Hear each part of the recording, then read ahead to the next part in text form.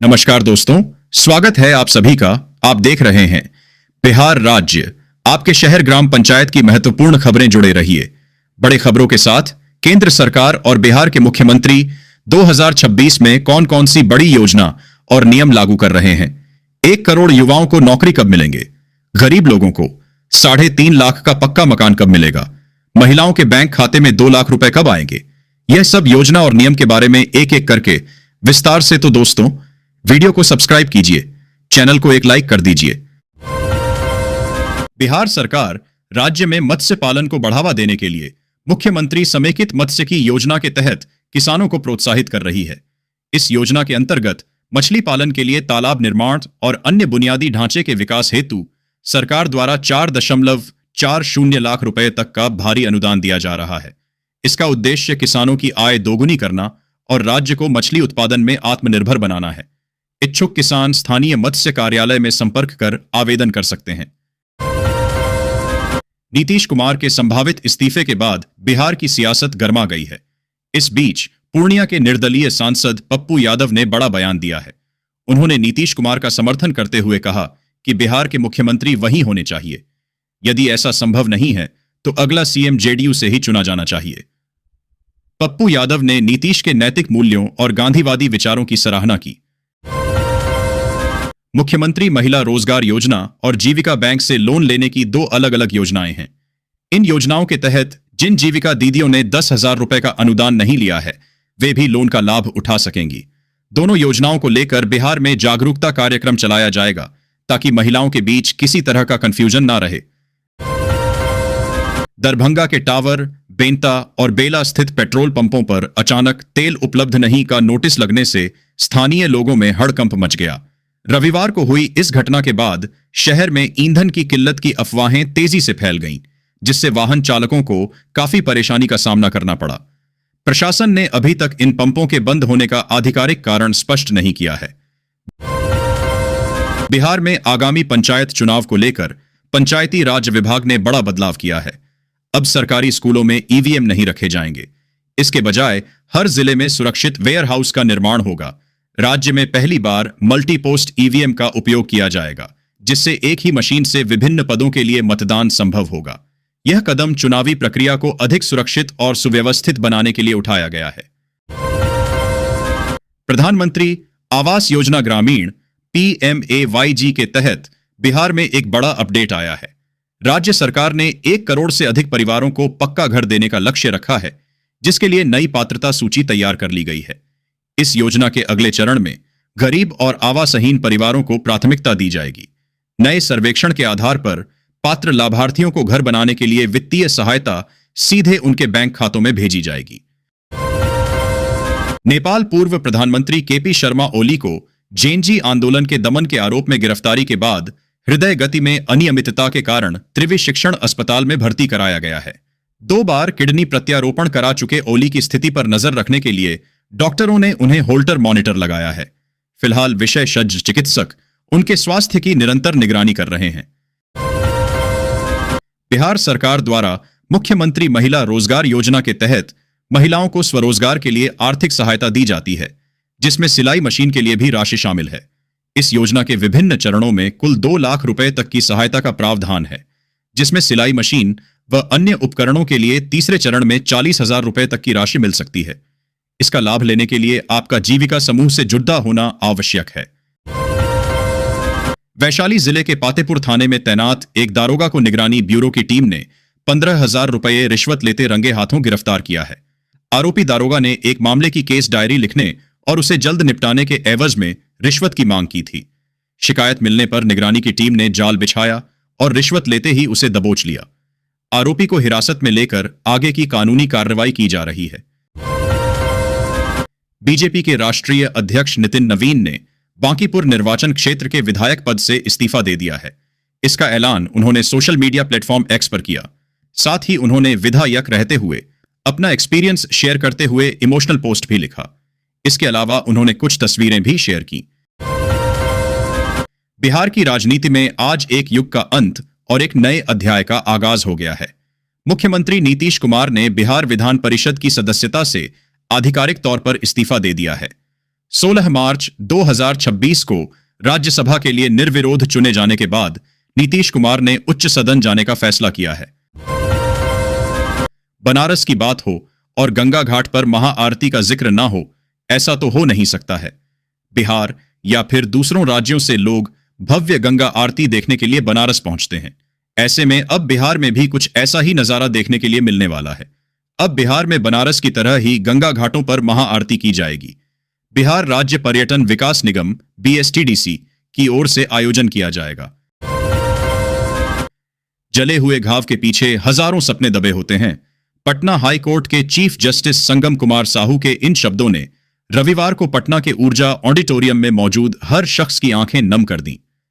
बिहार राज्य विधिक सेवा प्राधिकार के एक विशेष कार्यक्रम में चीफ जस्टिस ने साफ कर दिया कि खुलेआम तेजाब बेचना अब सिर्फ अपराध नहीं, बल्कि मानवता के खिलाफ जंग है। सीएम नीतीश कुमार की भूमिका अब केंद्र की राजनीति में दिखने वाली है। आज उन्होंने विधान परिषद की सदस्यता से इस्तीफा दे दिया है। उनके इस्तीफे के बाद NDA के नेताओं की तरफ से कई बयान आए। मंत्री अशोक चौधरी तो मीडिया से बात करते हुए इमोशनल हो गए। आज के दिन को उन्होंने सबके लिए बड़ा क्षण बताया। राज्यसभा सदस्य चुने जाने के बाद मुख्यमंत्री नीतीश कुमार के MLC पद से इस्तीफा देने के बाद बिहार की राजनीति गर्मा गई है। इस बीच जनसुराज के संस्थापक प्रशांत किशोर ने NDA सरकार पर हमला बोलते हुए इसे बिहार की जनता के साथ धोखा करार दिया है। उन्होंने सवाल उठाया कि अब राज्य के युवाओं को 1 करोड़ नौकरियां देने का वादा कौन पूरा करेगा। आज मुख्यमंत्री नीतीश कुमार ने विधान परिषद की सदस्यता से इस्तीफा दे दिया। इस इस्तीफे से अब उनकी राज्यसभा की सदस्यता पक्की हो गई है। यानी इससे यह तय हो गया है कि नीतीश कुमार राज्यसभा जाएंगे। इस इस्तीफे के बाद जहां JDU और BJP के नेता नीतीश कुमार की 20 साल की बिहार की राजनीति पर भावुक होते नजर आए। बिहार की जनता नीतीश कुमार के विकास के लिए उन्हें याद कर रही है, जबकि RJD ने इस इस्तीफे पर अजीब बयान जारी किया है। बिहार के मौसम में बदलाव लगातार जारी है। कभी तापमान में बढ़ोतरी तो कभी गिरावट दर्ज की जा रही है। मौसम विभाग की माने तो 31 मार्च को बिहार के कुछ जिलों में येलो अलर्ट जारी किया गया है। इन जिलों में बारिश, ठनका गिरने के साथ साथ 40 से 50 किलोमीटर प्रति घंटे की रफ्तार से हवा चलने की भी संभावना जताई है। बिहार में प्रशासनिक व्यवस्था को मजबूती देने के लिए जल्द ही 25 नए IAS अधिकारी शामिल होने जा रहे हैं। अप्रैल से जून 2026 के बीच इन अधिकारियों की ज्वाइनिंग होगी, जिसमें 11 अधिकारी UPSC के जरिए सीधी भर्ती से और 14 अधिकारी बिहार प्रशासनिक सेवा से प्रोन्नति के आधार पर आएंगे। पटना नगर निगम ने OTS स्कीम के तहत अब तक 112 करोड़ रुपए से अधिक प्रॉपर्टी टैक्स वसूला है। इसमें सरकारी विभागों से प्राप्त 28.16 करोड़ रुपए शामिल हैं। योजना के माध्यम से बकायेदारों का 82 करोड़ रुपए का ब्याज व जुर्माना माफ किया गया है। इस छूट का लाभ उठाने के लिए अब केवल 2 दिन शेष हैं। बिहार की राजनीति इस वक्त आग उगल रही है। एक तरफ मुख्यमंत्री नीतीश कुमार ने विधान परिषद से इस्तीफा दिया है, वो राज्यसभा जा रहे हैं। दूसरी तरफ बिहार की राजनीति में नए मुख्यमंत्री को लेकर सियासी खेल जारी है। इस सियासत के बीच बिहार की 25 सीटों वाली विपक्षी पार्टी अगल सुर्खियों में है। ताजा बयान लालू प्रसाद यादव की बेटी रोहिणी आचार्य का आया है। बिहार के बांकीपुर सीट से विधायक रहे नितिन नवीन ने अपना इस्तीफा दे दिया है। विधानसभा ने सोमवार को इसकी आधिकारिक अधिसूचना जारी कर दी। नितिन नवीन राज्यसभा के लिए चुने जा चुके हैं, इसलिए उन्हें विधायक पद छोड़ना जरूरी था। उनके इस्तीफे के बाद बांकीपुर सीट अब खाली हो गई है। नीतीश कुमार। बिहार की राजनीति में एक बड़ा बदलाव देखने को मिल रहा है। लंबे समय तक सत्ता में रहने वाले नीतीश कुमार ने विधान परिषद की सदस्यता से इस्तीफा दे दिया है। उनका इस्तीफा मंजूर भी हो गया है। इस एक कदम ने साफ संकेत दे दिया है कि अब वह जल्द ही मुख्यमंत्री पद भी छोड़ सकते हैं। ऐसे में बिहार को कई साल बाद नया मुख्यमंत्री मिलने जा रहा है। बिहार के मुख्यमंत्री नीतीश कुमार द्वारा विधान परिषद से इस्तीफा दिए जाने के बाद राज्य की सियासत में बयानबाजी तेज हो गई है। नेता प्रतिपक्ष तेजस्वी यादव ने सोमवार को कहा कि यह तो होना ही था।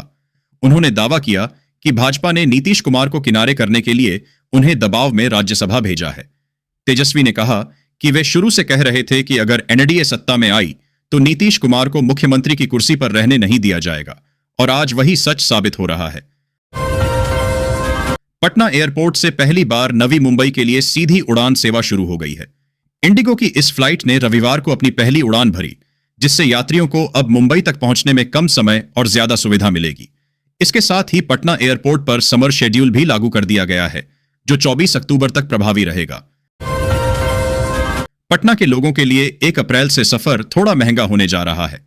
राष्ट्रीय राजमार्ग 30 पर सिपारा से बख्तियारपुर के बीच बने 50.6 किलोमीटर लंबे 4 लेन पर अब टोल टैक्स बढ़ा दिया गया है। यह नई दरें 1 अप्रैल की आधी रात से लागू होंगी।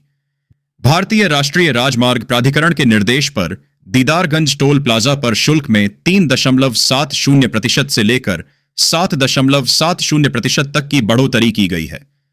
टोल प्लाजा के मैनेजर प्रभाकर सिंह के मुताबिक यह बढ़ोतरी हर साल होने वाले नियमित संशोधन का हिस्सा है। पटना जिला प्रशासन ने 1 अप्रैल से 30 अप्रैल तक अतिक्रमण के खिलाफ स्पेशल अभियान चलाने का फैसला लिया है। डीएम डॉक्टर त्यागराजन एसएम के निर्देश पर 9 टीमों का गठन किया गया है। ये टीमें अलग अलग इलाकों में जाकर कार्रवाई करेंगी।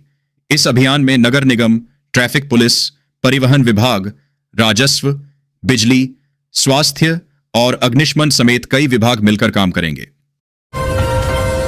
बक्सर के आसपास रेल कनेक्टिविटी को बेहतर बनाने के लिए एक बड़ी परियोजना पर तेजी से काम चल रहा है। दिलदार नगर के पास नई बाईपास रेल लाइन और कर्मा नाम से एक नए स्टेशन का निर्माण किया जा रहा है।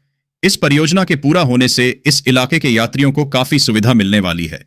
करीब 11.8 किलोमीटर लंबी इस नई रेल लाइन को 2027 के अंत तक पूरा करने का लक्ष्य रखा गया है। अभी फिलहाल मिट्टी भराई का काम चल रहा है और जैसे ही फसल कटाई पूरी होगी, निर्माण और तेज होने की उम्मीद है। मुंबई में 314.20 करोड़ रुपए की लागत से 35 मंजिला बिहार भवन का निर्माण इसी साल शुरू होगा, जिसे 30 महीने में पूरा करने का लक्ष्य है। इसका उद्देश्य औद्योगिक निवेश को बढ़ावा देना, निवेशकों को सुविधा प्रदान करना और बिहार के लोगों को मुंबई में चिकित्सा उपचार के दौरान ठहरने के लिए आधुनिक आवास उपलब्ध कराना है। यह परियोजना बिहार के विकास में सहायक होगी। बिहार में मौसम ने एक बार फिर करवट ले ली है। दिन में 40 डिग्री तक पहुंचती गर्मी और फिर अचानक तेज आंधी तूफान, यह खतरनाक ट्रेंड अब आम होता जा रहा है। आईएमडी ने राज्य के 18 जिलों में येलो अलर्ट जारी किया है, जहां अगले 24 घंटे में 50 से 60 किलोमीटर प्रति घंटे की रफ्तार से हवाएं चलने, बारिश और बिजली गिरने की आशंका है। हवाई यात्रा अब सिर्फ सुविधा नहीं, बल्कि किफायती अनुभव भी बनती जा रही है। पटना के जयप्रकाश नारायण अंतर्राष्ट्रीय हवाई अड्डे पर यात्रियों के लिए 10 से 20 रुपए में चाय, कॉफी, समोसा और नाश्ते का सामान मिलेंगे। इसके साथ ही यात्रियों को 4 घंटे तक मुफ्त हाई स्पीड वाईफाई की सुविधा भी दी जा रही है, जिससे उनका सफर और आसान और स्मार्ट हो जाएगा। बिहार में कई सारे रोड प्रोजेक्ट्स पर काम किए जा रहे हैं, ताकि जाम की झंझट से लोगों को छुटकारा मिल सके। काफी हद तक लोगों को राहत भी मिली है, लेकिन परेशानी अब भी कहीं ना कहीं बनी हुई है। शहरों में सुबह और शाम स्कूल और ऑफिस के समय पर जाम अधिक लग रहा है। ऐसे में परिवहन विभाग जाम से छुटकारा पाने के लिए राज्य में सार्वजनिक परिवहन के स्टॉपेज के लिए पहले से चिह्नित जगहों में बदलाव करेगा। भारत में आगामी जनगणना अब डिजिटल और हाईटेक होने जा रही है। लंबी कतारों और कागजी फॉर्म भरने के बजाय नागरिक अब सरकारी मोबाइल ऐप के माध्यम से घर बैठे अपनी जानकारी खुद दर्ज कर सकेंगे। यह सेल्फ एन्यूमरेशन प्रक्रिया समय बचाएगी और डेटा को अधिक सटीक बनाएगी। तकनीक के इस उपयोग से जनगणना का अनुभव पूरी तरह बदल जाएगा। बिहार की राजधानी पटना अब अपनी पुरानी पहचान छोड़कर एक ग्लोबल सिटी के रूप में सजने जा रही है। बिहार सरकार और नगर निगम ने एक ऐसा मास्टर प्लान तैयार किया है, जिससे पटना जंक्शन से लेकर एयरपोर्ट तक का रास्ता न सिर्फ अतिक्रमण मुक्त होगा, बल्कि रात के वक्त दूधिया रोशनी और फाउंटेन की फुहारों से जगमगाएगा। गर्मी की छुट्टी से पहले कई स्पेशल ट्रेन चलाने का ऐलान रेलवे की तरफ से किया जा रहा है। इसके साथ ही कुछ ट्रेनों की परिचालन अवधि में भी विस्तार किया जा रहा है। ऐसे में कटिहार और अमृतसर के बीच स्पेशल ट्रेन को अब 27 मई तक चलाया जाएगा। इससे रेलवे यात्रियों को राहत मिल सकेगी। ट्रेन की डिमांड को देखते हुए रेलवे बोर्ड की ओर से यह फैसला लिया गया है। पटना एयरपोर्ट से पहली बार नवी मुंबई के लिए सीधी उड़ान सेवा शुरू हो गई है। इंडिगो की इस फ्लाइट ने रविवार को अपनी पहली उड़ान भरी, जिससे यात्रियों को अब मुंबई तक पहुंचने में कम समय और ज्यादा सुविधा मिलेगी। इसके साथ ही पटना एयरपोर्ट पर समर शेड्यूल भी लागू कर दिया गया है, जो 24 अक्टूबर तक प्रभावी रहेगा। स्वास्थ्य मंत्री मंगल पांडेय ने कहा है कि राज्य में बढ़ती गर्मी और हीट वेव के संभावित खतरे को देखते हुए स्वास्थ्य विभाग ने तैयारियां शुरू कर दी हैं। राज्य में राष्ट्रीय जलवायु परिवर्तन एवं मानव स्वास्थ्य कार्यक्रम के तहत बनाए गए प्लान के बेहतर इंप्लीमेंटेशन पर विशेष जोर दिया जा रहा है। जलवायु परिवर्तन और लगातार बढ़ते तापमान के कारण गर्मी संबंधित बीमारियों का खतरा बढ़ा है। पटना यूनिवर्सिटी में नए प्रशासनिक भवन के उद्घाटन के लिए मुख्यमंत्री नीतीश कुमार के पहुंचने से पहले भारी हंगामा हुआ। छात्र संघ अध्यक्ष शांतनु शेखर और उनके समर्थकों ने मौके पर पहुंचकर जोरदार विरोध प्रदर्शन किया। इस घटना के कारण उद्घाटन कार्यक्रम के दौरान तनाव की स्थिति बनी रही, जिसे नियंत्रित करने के लिए सुरक्षा बल तैनात किए गए। पुलिस ने प्रदर्शनकारियों को वहां से हटाने का प्रयास किया। कानपुर में एलपीजी संकट गहरा गया है, जिसका मुख्य कारण सिस्टम की अव्यवस्था और पीएनजी उपभोक्ताओं का भी एलपीजी सिलेंडर के लिए लाइन में लगना है। 1.25 लाख से अधिक पीएनजी धारक भी एलपीजी का दोहरा लाभ ले रहे हैं, जिससे किल्लत पैदा हो रही है। रेलवे ने रक्सौल तिरुपति एक्सप्रेस 17433/17434 को नियमित कर दिया है, जो समस्तीपुर जंक्शन से होकर गुजरेगी। यह साप्ताहिक ट्रेन समस्तीपुर को सीधे तिरुपति से जोड़ देगी, जिससे श्रद्धालुओं को बड़ी राहत मिलेगी। यह ट्रेन मुजफ्फरपुर, पटना, गया, दुर्ग, रायपुर और विजयवाड़ा होते हुए जाएगी। ट्रेन के अप्रैल 2026 से शुरू होने की संभावना है, जिसका विस्तृत शेड्यूल रेलवे जल्द ही आधिकारिक वेबसाइट पर जारी करेगा। वैशाली में कांग्रेस को बड़ा झटका लगा है। पार्टी के पूर्व एमएलसी प्रत्याशी ने कांग्रेस का साथ छोड़कर राजद आरजेडी का दामन थाम लिया है। तेजस्वी यादव की मौजूदगी में उन्होंने राजद की सदस्यता ग्रहण की। इस बदलाव से जिले में कांग्रेस का आधार कमजोर होने और राजद की स्थिति मजबूत होने की संभावना है। यह आगामी चुनावों के मद्देनजर कांग्रेस के लिए एक बड़ा राजनीतिक नुकसान माना जा रहा है। दिघल बैंक प्रखंड के जनता हाट स्थित दिलवर किराना दुकान में बीती रात अज्ञात चोरों ने दुकान का चदरा काटकर हजारों रुपए का सामान चोरी कर लिया। इस घटना से स्थानीय व्यापारियों में भारी आक्रोश और डर का माहौल है। दुकानदारों ने बढ़ती चोरी की घटनाओं पर चिंता जताते हुए सुरक्षा के लिए स्थानीय विधायक गोपाल अग्रवाल से क्षेत्र में चौकीदार नियुक्त करने की मांग की है। पुलिस ने घटनास्थल का निरीक्षण कर जल्द कार्रवाई का आश्वासन दिया है।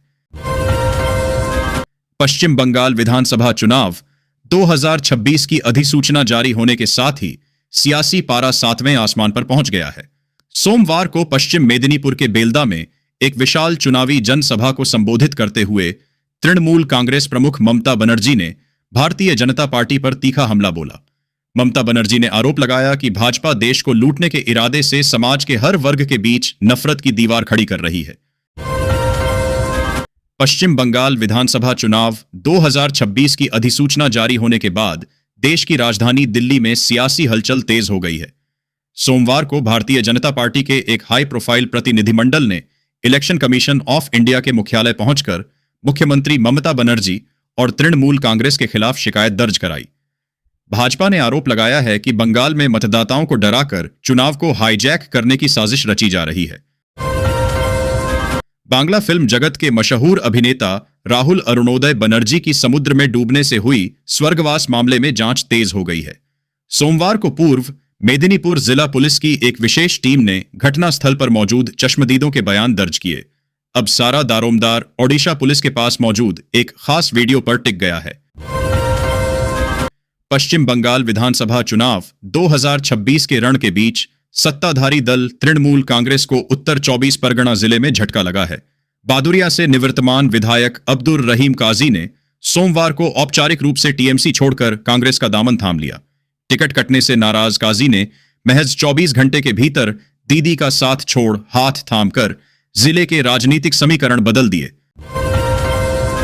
पश्चिम बंगाल विधानसभा चुनाव 2026 का सबसे बड़ा और रोमांचक मुकाबला मुख्यमंत्री ममता बनर्जी के गढ़ भवानीपुर में होने जा रहा है। यहां मुकाबला केवल दो पार्टियों के बीच नहीं, बल्कि तृणमूल कांग्रेस की इमोशनल अपील और भाजपा की सोशल इंजीनियरिंग के बीच है। नंदीग्राम की हार के बाद ममता बनर्जी के लिए यह साख की लड़ाई है। शुभेंदु अधिकारी के लिए मिनी इंडिया कहे जाने वाले इस क्षेत्र में सेंध लगाने का बड़ा मौका है। पश्चिम बंगाल विधानसभा चुनाव 2026 की सियासी जंग आर पार के मोड़ में आ गया है। तृणमूल कांग्रेस के राष्ट्रीय महासचिव अभिषेक बनर्जी ने सोमवार को भारतीय जनता पार्टी पर अब तक का सबसे बड़ा हमला बोला है। अभिषेक ने भाजपा को बांग्ला विरोधी ताकत करार दिया। उन्होंने आरोप लगाया कि भाजपा ने मुर्शिदाबाद में अपने 3 एजेंट तैनात किए हैं। साथ ही कहा कि बीजेपी ने संदेशखाली में महिलाओं के सम्मान का सौदा किया है। हजारीबाग विष्णुगढ़ में नाबालिग से दुष्कर्म और हत्या के मामले में झारखंड बीजेपी ने हजारीबाग बंद के बाद झारखंड बंद का भी अल्टीमेटम दे दिया है। इस संबंध में सोमवार को पार्टी के प्रदेश प्रवक्ता प्रतुल शाहदेव ने बताया कि 2 अप्रैल तक अगर आरोपियों की गिरफ्तारी नहीं होती है तो 3 अप्रैल को झारखंड बंद रहेगा। उन्होंने बताया कि प्रदेश अध्यक्ष आदित्य साहू के निर्देश पर यह निर्णय लिया गया है। पटना यूनिवर्सिटी के शताब्दी समारोह में मुख्यमंत्री नीतीश कुमार के पहुंचते ही भारी हंगामा हो गया। कार्यक्रम के दौरान छात्रों के एक समूह ने सम्राट गो बैक के नारे लगाए और जमकर विरोध प्रदर्शन किया। इस घटना से विश्वविद्यालय परिसर में तनावपूर्ण स्थिति पैदा हो गई। पुलिस को स्थिति को नियंत्रित करने के लिए मशक्कत करनी पड़ी। सुरक्षा घेरे के बावजूद छात्रों का आक्रोश साफ दिखा, जिससे कार्यक्रम की गरिमा प्रभावित हुई। झारखंड के पश्चिमी सिंहभूम के जिला मुख्यालय चाईबासा में चल रहे कांग्रेस के 10 दिवसीय शिविर में पार्टी के पूर्व अध्यक्ष और सांसद राहुल गांधी नहीं आएंगे। उनका चाईबासा द्वारा रद्द कर दिया गया है। Tribal research and training centre TRTC गुइरा में आयोजित का शिविर 31 मार्च 2026 मंगलवार को समापन हो जाएगा।